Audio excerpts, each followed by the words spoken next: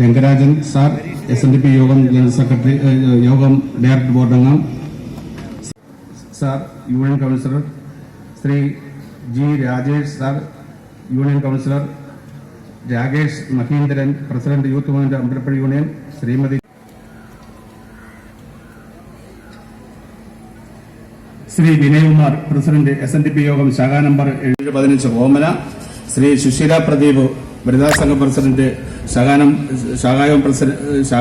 796, ശ്രീമതി രാജി മനോജ്, വനിതാ സംഘം സെക്രട്ടറി. പ്രവർത്തനങ്ങളെല്ലാം ശ്രീനാരായണന്റെയും അകമഴിഞ്ഞ സഹായ സഹകരണം പ്രതീക്ഷിച്ചുകൊണ്ട് ഞാൻ എന്റെ കർത്തവ്യത്തിലേക്ക് കിടക്കുകയാണ്.